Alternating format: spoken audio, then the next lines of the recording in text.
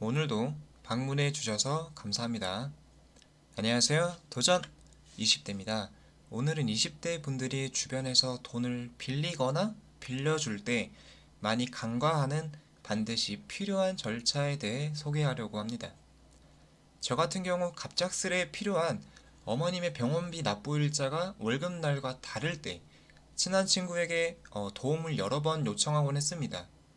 친한 사이인 만큼 추후 껄끄러운 관계가 되지 않도록 빌리는 입장에서 먼저 차용증을 작성하자고 요구했고, 이를 통해 저는 빌린 돈의 액수와 지급기일을 더욱 신경 쓰며 친구와의 관계가 불편해지지 않게 되었습니다. 저처럼 수많은 대학생 중 적지 않은 돈이 오가며 추후 불편한 관계가 되거나 심하면 소송까지 가게 되는 경우를 종종 목격했습니다. 결국 서로 돈과 친구를 다 잃어버리는 상황이 발생하게 되죠. 그렇기 때문에 여러분은 그냥 줄 수 있는 정도의 액수가 아니라면 차용증을 작성하며 돈거래를 하는 습관을 들이는 것이 좋습니다. 특히 빌려주는 입장에서 차용증을 작성하자고 했는데 빌리는 친구가 아니, 님, 나 못 믿음? 또는 와, 우리 사이에 너무하네 등의 반응을 보이면 그냥 빌려주지 마시길 권장합니다.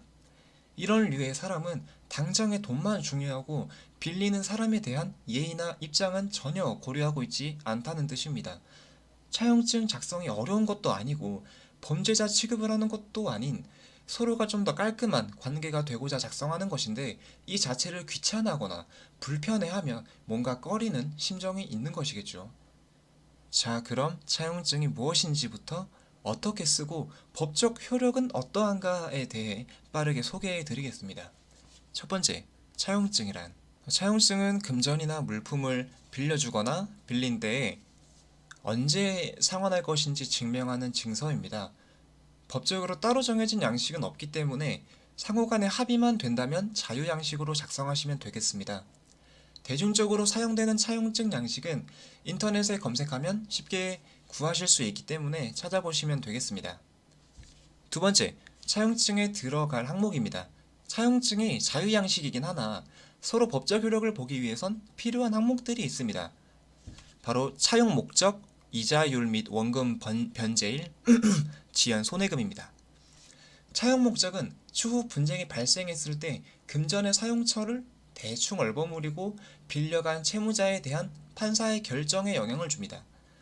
이자율 및 원금 변제율은 채무자가 상환해야 할 금액과 시기를 명백하게 기재하는 것으로 추후 다른 말이 오가지 않기 위해 반드시 기재하셔야겠죠. 지연 손해금은 혹시나 여러분이 분쟁에 휘말렸을 때 채무자에게 돈이 아예 없다면 채권자의 원금도 보장받기 힘들 수 있습니다. 따라서 지연 손해금을 통해 조금이라도 손해를 방지하는 것이 좋습니다. 참고로 서명란의 서명보단 인감도장이 훨씬 유리합니다. 인감도장이 없다고 하면 채무자로부터 본인 서명사실 확인서를 받으시면 됩니다. 이것도 쉽게 발급받을 수 있으니 돈을 빌리는 입장에서도 충분히 감수할 만한 귀찮음이죠. 세 번째, 법적 효력.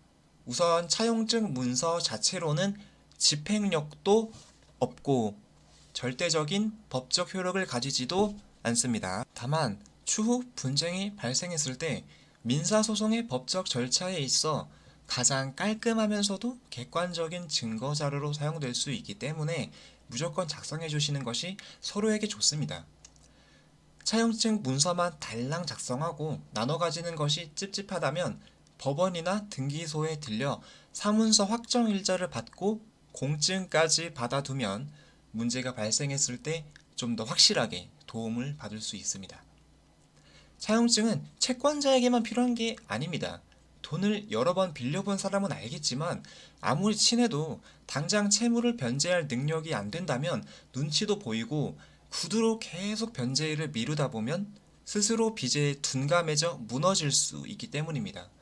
채권자와 채무자 사이에 오간 돈을 양쪽에서 증명하면 서로 합의된 금액을 정해진 일자에만 변제하면 되기 때문에 관계가 크게 무너질 일이 없으며 채권자는 보다 더 안심할 수 있고 채무자는 관계에 연연하지 않으며 본인의 변제 의무에 대한 경각심도 더 가질 수 있게 됩니다.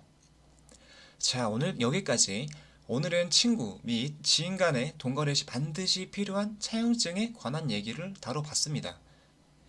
추가로 저의 경험에서 나온 사견을 같이 말씀드리면, 이미 돈 거래가 진행되는 시점이라면 차용증은 전혀 나쁘거나 불쾌한 요구가 아니라는 것입니다.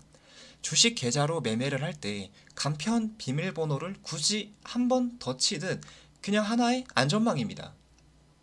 이를 채무자, 채권자 둘 다 불편해하지 않고 친한 사이일수록 더더욱 서로를 위해 믿음을 줄 수 있는 방안들을 잘 이용하시면 좋겠습니다.